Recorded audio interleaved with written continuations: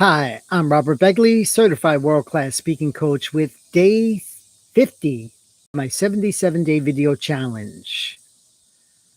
Say it's your birthday.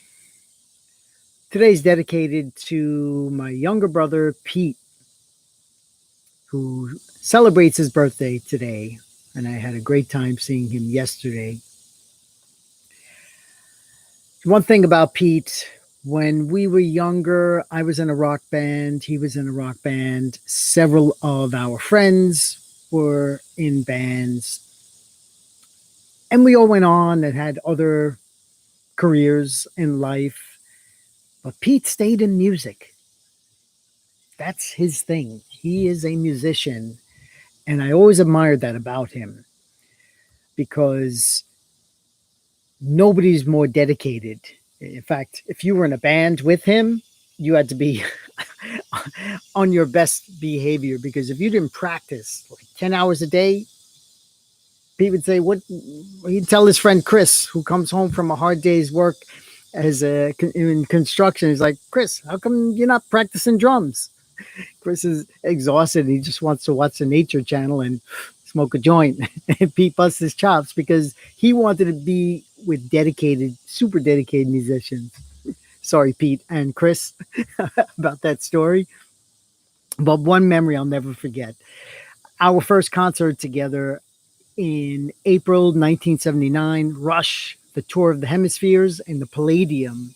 This is when Rush was an underground band.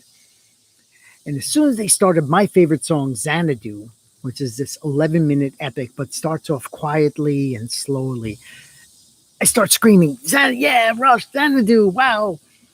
And then as the song builds up to a crescendo, about 5 minutes later, and I'm into the song, and all of a sudden I get a tap.